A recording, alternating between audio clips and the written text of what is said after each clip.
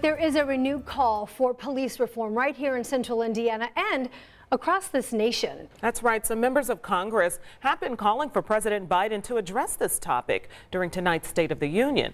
So here's a live look at the Capitol right now, where the president will address the country in just about 4 hours. The conversation around reform started again after the deadly Memphis police beating of Tyre Nichols. And some central Indiana leaders use that as a starting point today to talk about the issue right here at home. Rich Knight joins us live in studio with a look a little bit deeper at this community conversation. Rich? 5 Memphis police officers were fired just 13 days after they beat Tyre Nichols and are charged with second-degree murder.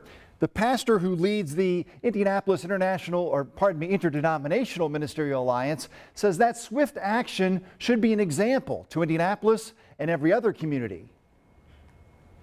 And they have to look at what Memphis did and say as a new paradigm. Central Indiana's top law enforcement and prosecution leaders met with Indy pastors for a discussion on public safety. When people who are entrusted with that public law enforcement authority anywhere in the country violate those laws, it has repercussions on all of us, fair or unfair. Termination or prosecution of police officers acting unlawfully in Indy is far from swift. Sergeant Eric Huxley was suspended and charged with official misconduct and battery in October 2021 for kicking Jermaine Vaughn in the face. But his criminal case is still pending, and the Civilian Police Merit Board will not take final action until after the trial. Even though I don't have the ability to fire officers, I do have the ability to suspend them pending termination, which means we're waiting typically for the criminal charges to come about, or if not that, the merit board to meet to make that final decision. So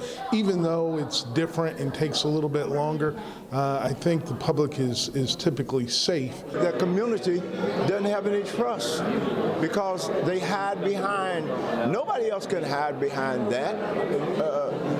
And so the review process is a mock and a sham, is kabuki theater.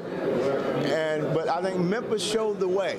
Herman Whitfield III died in police custody last April. Metro Police handed the homicide investigation over to the prosecutor at least 6 months ago. You'll see a resolution in terms of that case sometimes very soon. It's something that everybody's working on, and we're hopeful we'll be able to make an announcement on whatever that decision might be in the immediate future. In all these local cases and in Memphis, video, especially police body cam video, is really driving the change in police-community relations. And we saw it just again tonight at the top of our newscast, right? When everyone can see what happened, accountability is raised. Right, definitely. Rich and I, thanks so much tonight. Thank you.